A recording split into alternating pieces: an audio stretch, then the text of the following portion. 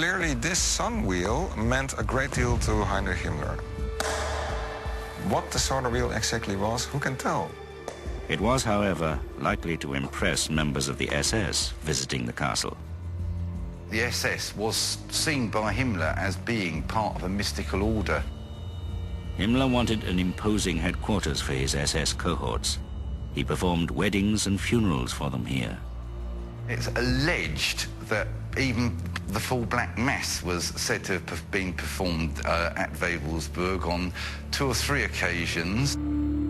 But if that ultimate satanic ritual was celebrated at Wewelsburg, it would have been undertaken in another part of the tower, the crypt. In this bizarre room with its excellent acoustics, Himmler created a frightening arena for his elite SS men.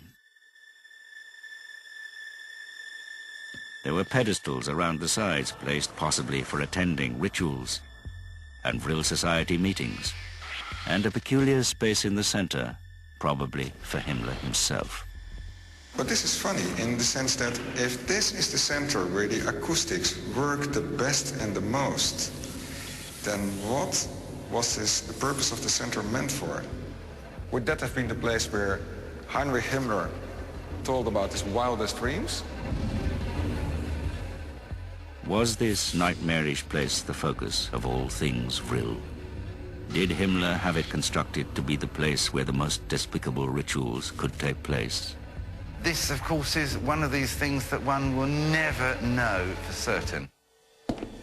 Was it here that Himmler held his notorious Vril experiments? This quack doctor called Rascher, who used to literally freeze prisoners until they were on the point of death, and then he would put naked prostitutes against their bodies to see if that would revive them, and then, if so, they were then instructed to have sex with them, and then all the temperatures would be taken. Himmler called it animal magnetism, but it was essentially Vril-based. Himmler may have been searching for Vril through sexuality. Of course, it was ridiculous because 50% of the male subjects used to die. The experiments were undoubtedly inspired by Himmler's subscription to the notion of Vril. Were these experiments held here in Himmler's center or elsewhere within the castle walls? Unfortunately, there are no written records or living eyewitnesses to reveal with certainty exactly what occurred within the walls of Himmler's Wewelsburg. The Vril Society was unique among the secret societies of the era. One reason was that it included women as members. Every woman in the Reich stands ready as any man to fight and die in the service of the fatherland. And, you know, this is true. This is true. There were probably more women than there were men in many respects. Which is very important to realize because a lot of the Masonic groups were male only and a lot of the esoteric groups were male only. But not the Vril Society. After all, the females in the coming race were superior to the males. Women were seen, really, in a way, as being like almost divine. Women would have been welcomed because their feminine energy was required to properly attain Vril. But Hitler's personal view was far more practical. He actually felt that women were actually the soul of the nation and that they were going to carry on the legacy of National Socialism. It is believed that 2 women became senior leaders of the Vril Society. Countess von Reventlow was possibly the most well-known one. And it's possible that her prominence led to her death. She suffered a mysterious and fatal bicycle accident in 1918, shortly after the Vril Society's inauguration. She got executed. Countess von Reventlov's assassins were members of the German Communist Party, people strongly opposed to the National Socialists. Ludendorff's wife, who was the only other one that was of comparable importance, she broke with the Vril Society at a fairly early stage. That may have been when her husband, Erich Ludendorff, became disillusioned with politics and left the Vril Society and the Nazi Party in 1923. Most of the women in the Vril Society served 2 primary purposes. Sex was seen as a national duty. Following World War I, one primary purpose of women in Germany was to replace the lost soldiers by having many German babies. There was actually a huge drive towards birth to increase productivity. And the prospect of making babies took on an element of fun at the time. Anything that could be an escape or fun would be good. The Vril Society may have taken fun a step further into sex for occult power. To combine power with pleasure, it was kind of like nationalization of the sexual instinct. And in a dark fellowship, sexual instinct might invite sexual magic. Women in the Vril Society were often mediums. In an era obsessed with the occult, there were many practicing mediums, and mediums were typically women.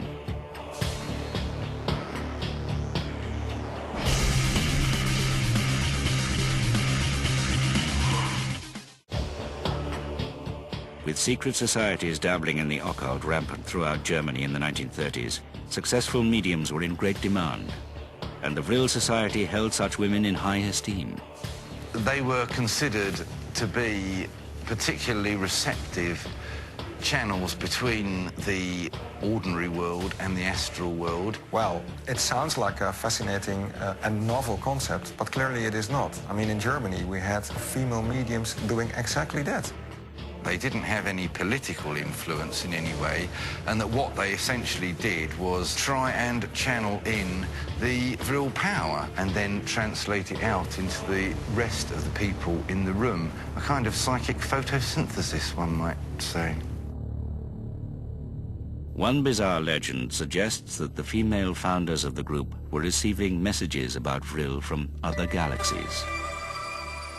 Well, it's been alleged that that the Vril Society was able to contact beings from Aldebaran and so on. That depends to a certain extent on your point of view. It's not strange that these ideas would evolve or mutate into ideas of long-haired women communicating with people underneath the Earth and on other planets. Why not? Makes a better story. It's more fun. The idea of two long-haired mediums communicating with other galaxies through automatic writing was not so outrageous in 1918. There is this fascinating book that I held in my hand just yesterday. It was published in 1823, and it's called Voyages to the Sun, the Moon, and Other Planets. And it was written by a female medium at that time, 1823. So clearly the idea that two female mediums are involved in communicating with an interstellar civilization on Aldebaran in 1917 is not new. And long hair also had a long tradition. The long hair of the women is partly a throwback, of course, to the old days of the Valkyries, maidens and so on. I wonder how much of this is borrowing themes from Wagner. Naturally, not all women of the Vril Society were long-haired beauties. But all of the Vril Society legends, like everything surrounding the organization, were larger than life. Exaggeration was part of the plan, and that exaggeration included Heinrich Himmler's nightmarish castle. This all could have been a stage prop, a setting, a fitting setting for Himmler's plans and Himmler's evil dreams. It's a very clever ploy of propaganda. Propaganda was an integral part of the entire Nazi culture. Ensuring that the Third Reich would survive in our darkest dreams. So what was real? And what, if anything, has become of the Vril Society? The problem with researching the Vril Society today is that clearly this concept attracts people of unsavory character.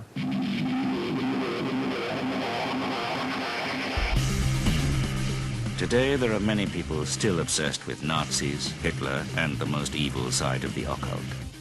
They intermingle legend, fantasy, and propaganda with the scarce facts. Some also believe in the possibility that intergalactic flight could be achieved through the Vril Society.